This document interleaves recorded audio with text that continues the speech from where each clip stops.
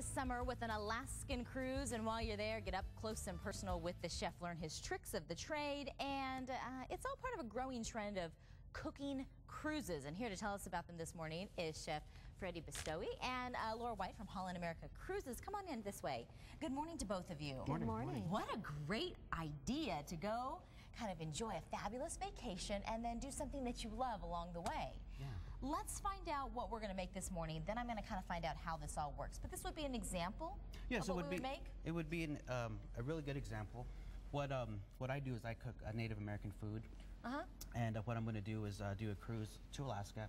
And I'm going to bring some desert foods from here, and I'm going to fuse them with some Pacific Northwest food while we're on the cruise, and kind of give a little bit of history about the cuisine and development of the cuisine as well. Wow, okay. So it's very exciting. Would the whole cruise be focused around one type of cooking and one type, like the Native American cuisine, or would it be kind of a variety, Italian, Native? Not necessarily. Well, what I'm going to do is I'm going to do both classes on Native American food. Okay. But it's going to be fused to where it has a really good modern style and very contemporary. I think it sounds fabulous. Well. What are you going to make for us today? What we're going to do is we're going to do some a seared sablefish, which is also known as a black cod. Have you tried it before? No. Yeah, I haven't either. It's very popular in Alaska. It's a very prized fish. It's getting very popular. It is a oily fish, which actually is a really good luxurious fish.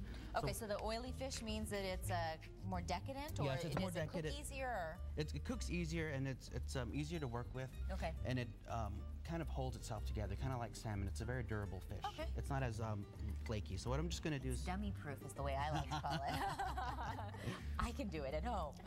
So what we're going to do is we're just going to kind of dredge it in flour. We're just going to put a little crisp little coating on there, kind of something like this. You just want to get it a little nice and brown on the top, because what we're going to do is we're going to put a vinaigrette on there.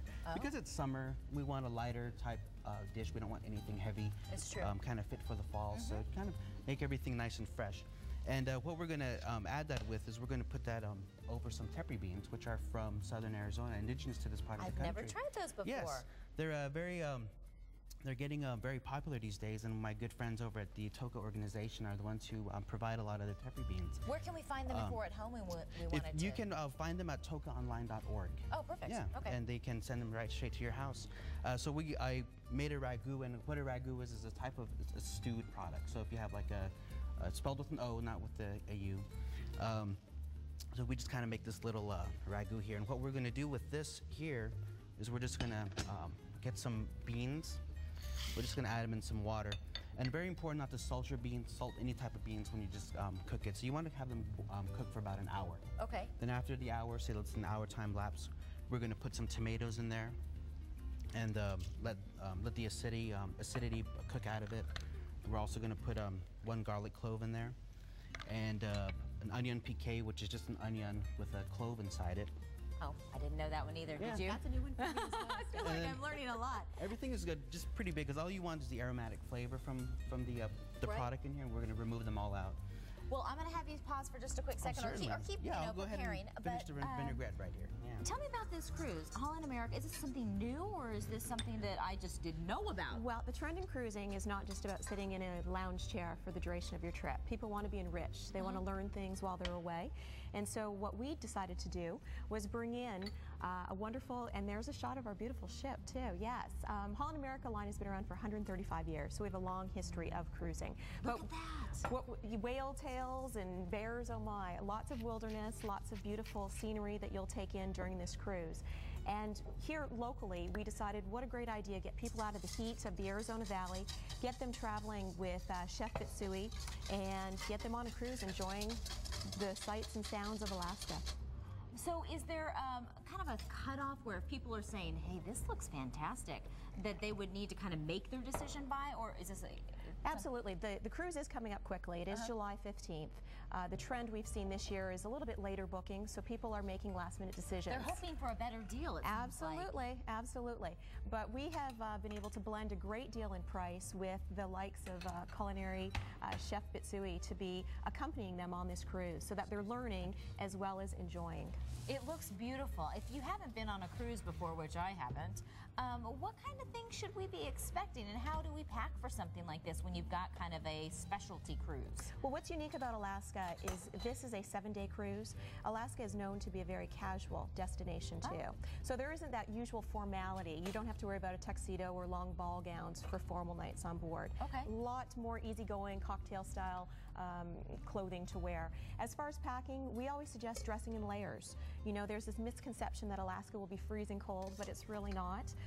Dress in layers like an onion so that as the day progresses and warms up, you're peeling off a layer or two as you continue on. Speaking of onion, let's get back to that one where he shoved the clove into it. Was it a clove that you shoved in or garlic? Garlic clove. Garlic clove. Yes.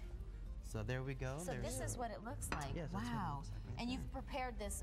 What is this that kind of is drizzled on top? That's the vinaigrette. It's simple red wine and lemon vinaigrette with Okay. some mixed herbs. And these were some of the things Yeah, that you this put is in there? this is some of the stuff I cooked the beans in. Okay. So kind That looks phenomenal. I have to Yes. try those Smells little great. beans. of yeah, the beans Well- are great. The wonderful thing about the beans is they're no matter how long you cook them, they'll always be al dente. Okay. So they're not like our conventional pinto beans or red beans or anything of the sort.